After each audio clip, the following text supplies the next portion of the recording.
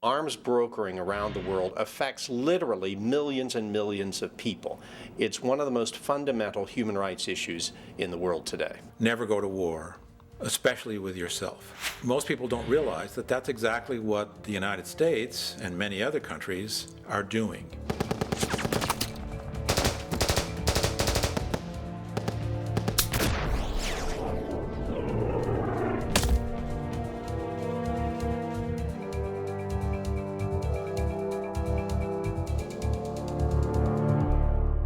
There are over 600 million small arms and light weapons in circulation around the world, and nearly 250 million of those are in the United States, enough for every man, woman, and child. A place like sub-Saharan Africa, which many people think has many more small arms and light weapons, probably only has about 30 million. Europe, by contrast, has about 84 million. But 30 million in Africa may have a much more devastating impact than the 250 million in the United States. Small arms and light weapons have caused devastating effect on the country. And this is why we're taking very seriously that the small arms and light weapons were used indiscriminately throughout Sierra Leone as well as in the sub-region to pursue this rebel war. And we are looking at it not purely from the disarmament point of view, in terms of numbers, but the humanitarian, the human impact, the human dimension of small arms. Thousands of people were killed, including children, and the linkage also with the diamonds make the problem much more terrible. Small arms and light weapons are produced in over 90 countries. There are about 1,200 factories that manufacture or produce some aspect of small arms and light weapons. They're traded around the world in virtually every country. The total small arms trade is worth about $4 billion on the legal side and about $1 billion on the illegal side, or the black market side of these weapons. We spent so much money on our defense that the Soviet Union couldn't keep up. And so we won the Cold War, and most people would say that was a good thing. You had former republics like the Ukraine becoming independent, and Ukraine not only had stockpiles of AK-47s, they had their own arms industry. And since they were starting out as this fledgling country with very few economic ties, without strong regulations yet, it became a source for dealers and brokers to go spend a little money, get some weapons that they could then transfer to conflict regions. And the Ukrainians were certainly willing to do that because they needed hard cash. Mikhail Kalashnikov invented the AK-47, and this man, who had very humble beginnings from a peasant farmer family outside of Siberia, has become the father of this weapon that is used around the world. The AK-47 was produced out of his experiences in World War II, where he saw firsthand how the Germans had an automatic rifle that could fire multiple shots, while his Russian army could only fire 1 to 2 shots at a time. And after being wounded and convalescing in a hospital, he said, "I'm going to develop something to protect the motherland." And his invention was actually intended to protect Russia from its enemies. And he had no idea that it would become the most ubiquitous weapon of modern war. One of the major problems, especially in a post-Cold War world, has been the fact that there are still enormous numbers of stockpiles of weapons in the Soviet Union, in Eastern Europe, and elsewhere around the world. There were more guns than you could possibly need to fight a generation of warfare. And so some opportunistic middlemen and dealers, many of them with former attachments to intelligence agencies and so forth, got hold of these weapons, and they used, false certificates and flying under the flags of different countries, and managed to get these very quickly into the war zones. If we look at Liberia, for example, Charles Taylor brought in weapons from the former Eastern Europe, from as many sources as he could, and he used those to wage war within Liberia. Charles Taylor is probably the model in the modern era of how you can take hold of a whole country if you have access to these light arms and small weapons, because he started out with about 100 supporters, many of them teenagers, armed with AK-47s. They went into Liberia, they started taking control of territory, terrorizing people. At a certain point, they got enough control that they could sell off timber in this case to a nephew of Francois Mitterrand of France, who was one of their intermediaries. And they just sort of built from there. And the next thing you know, they had turned the entire country into his fiefdom. He was actually indicted by the International Criminal Court on counts of war crimes. So to think about an example of where a small arms shipment has had a huge impact on human rights, think about Liberia in the summer of 2003. The capital, Monrovia, was being hotly contested between rebels who were trying to overthrow the government of Charles Taylor and those forces that were loyal to Charles Taylor. Both sides have been known to commit widespread atrocities, war crimes. In this case, they have been fighting back and forth and effectively ran out of ammunition. But the rebel side was able to get a fresh shipment of arms that was routed illegally into Liberia, which was under a UN arms embargo, and provided to them with help from a number of governments that arranged this.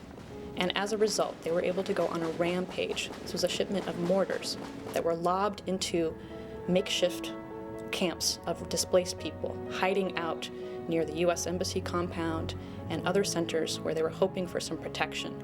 So many people were killed that people became infuriated that the US government and others weren't doing enough to help them.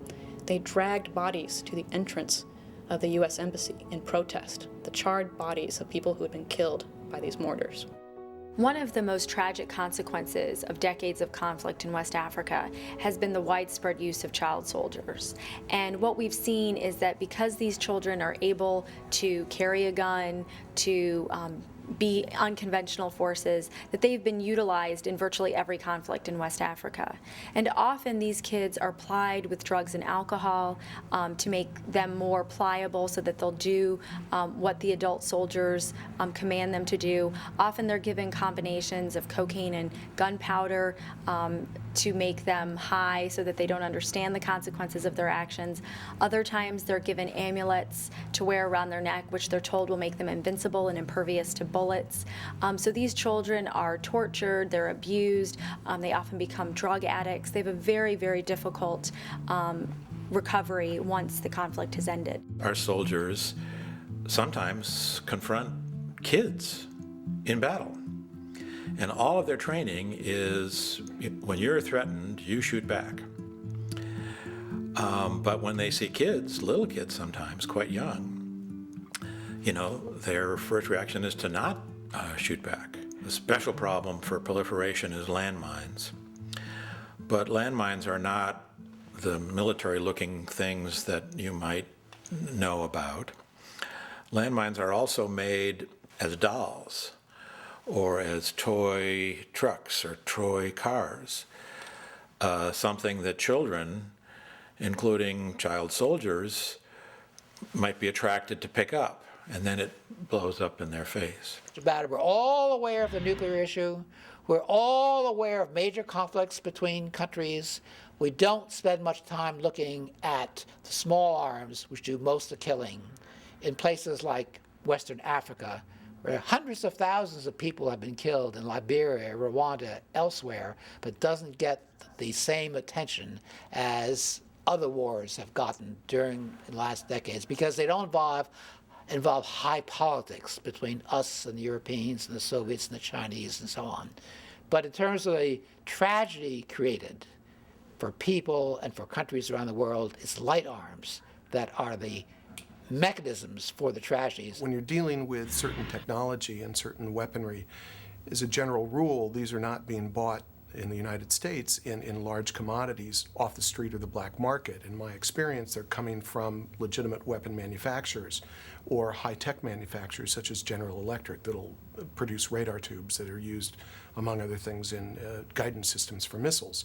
So you can't generally buy those on a street corner. So you ultimately go to the source, the manufacturer. It is true that even when controls are in place, it's very difficult to implement and enforce them for a variety of reasons. First of all, different countries have different laws covering the activities of arms trafficking, and those laws varied widely in scope and range and range of punishment as well. Then there is a major problem, which is political will. to implement and enforce these controls. Some of these traffickers have been used by governments to carry out covert deals, for example. So if the political will to go after them is lacking, there is very little that the law per se could do. There was this Ukrainian national who was living in Italy a few years ago, using an Israeli passport, various other passports.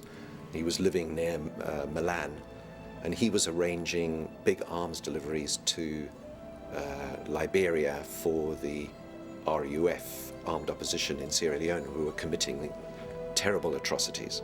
And the arms deliveries were coming in from Ukraine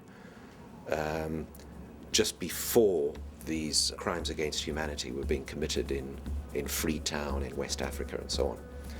Now, this man was arrested by the Italian police, and they found at least 1,000 pages of documents in his apartment. He was an international arms fixer. He was charged with delivering arms to this armed group in Sierra Leone and violating the United Nations arms embargo.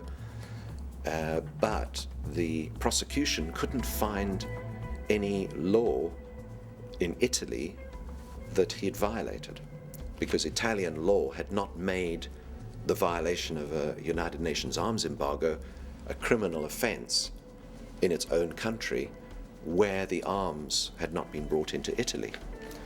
So this guy was let off scot-free.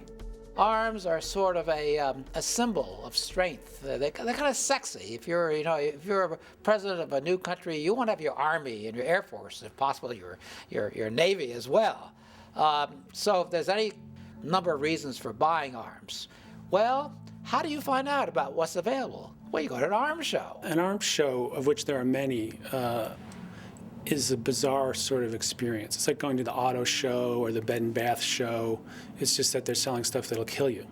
And so they've got entertainment chalets, they've got models of the weapons, they've got the actual weapons, they're doing flight demonstrations. If it's an air show, if it's based on ground equipment, they might be shooting. And all the time people are throwing back drinks and they're making connections and networking. And the governments are the biggest pushers, in a sense. They're the ones who organize the exhibits. There's the ones who set up a lot of the pavilions. And so they're sort of hand in glove with the companies trying to sell weaponry. And they often bring people, uniformed military personnel, who have used these things in warfare. And they become sort of, product validators, saying, oh, this was great when I used it in the Gulf War, and I think your country couldn't do better. And so it's really a corrupt game all the way around, but it's almost taken for granted because they've been doing it so long. The problem is that war and arms sales are just a symptom of a much larger problem. So really, if you want to stop a war, you stop buying your big SUVs, you stop filling them full of gas and driving around, you stop buying the commodities like diamonds that make these wars happen.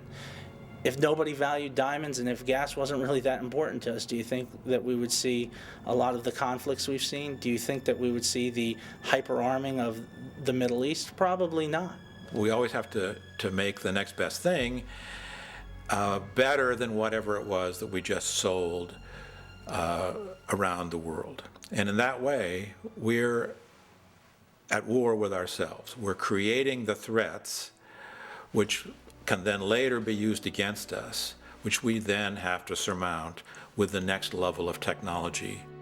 But it's very difficult to recover from the human side. We have, thousands of people, those who lost their lives, and those who have the scars of the war.